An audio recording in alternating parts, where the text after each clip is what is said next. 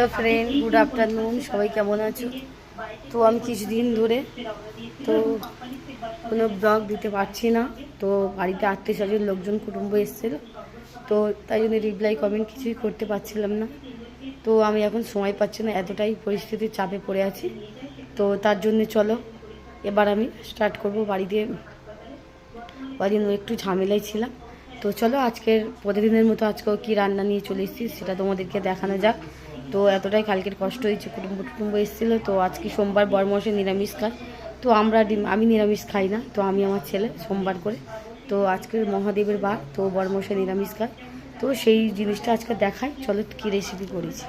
তো এখানে আছে গরম গরম ভাত, দেখতেই পাচ্ছ, আর সাথে আছে ঢ্যাঁড়স ভাজা, দেখতে মাখা। এদিকে আছে টমেটো লঙ্কা ভাজা দিয়ে একটু পাতিলেবু রস দিয়ে মাখা, খুব সুন্দর লাগে। তো তোমাদের কাদের ভালো লাগে অবশ্যই এই টমেটো মাখা কমেন্ট করো, আমার তো ভীষণ প্রিয় জিনিস।